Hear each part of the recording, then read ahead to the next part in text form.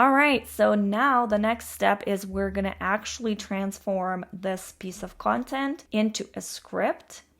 And I'll show you how to do this very quickly. So we're going to highlight this blog post and copy and paste it into OpenAI. And we're gonna say generate video script from the blog post below. All right, and as you can see, AI just generated a pretty comprehensive script for us with a lot of stuff in the brackets, which kind of probably looks a little scary to you, but don't worry, I'll explain what that is. And all we need to do now, after it's all done, we're going to, again, copy and paste this into a separate document that we'll call a script. All right, so this is what it looks like. I like to clear formatting, and then I like to add space after paragraph so then it's nice and clean. And then I also like to add the title over here, script. All right. So what are all these brackets? So because it is a script, AI is actually suggesting some visuals for you. For this part, it suggests that your scene is a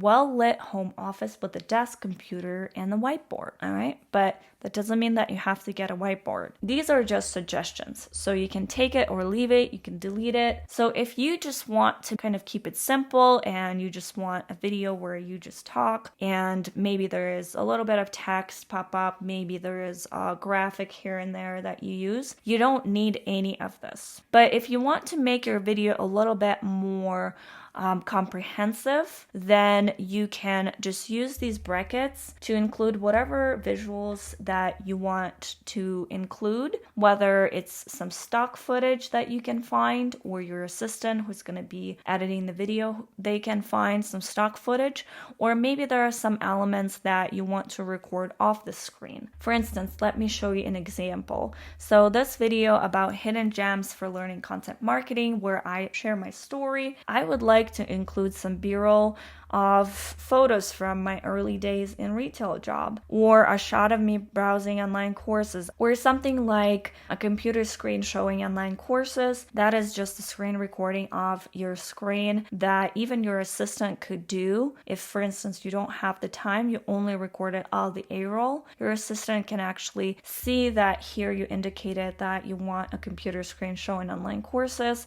so they can go ahead and record that from their computer. All right, and then you can also maybe add, if you can think of maybe music that you want to include, you will also add it here. You can use the brackets if you'd like to. I prefer not to use them, but you can use the brackets here, B-roll, music, suspense, or something. So if you want to have more control over your final product, or you want to give yourself some tips for when you get to that point of editing this content, then just add these little elements here ahead of time. So then when you edit your video, you're like, oh yeah, I wanted to include this text here, I wanted to include this music here. So for most videos that are more educational, you can just use some graphics, you can use some text that pops up.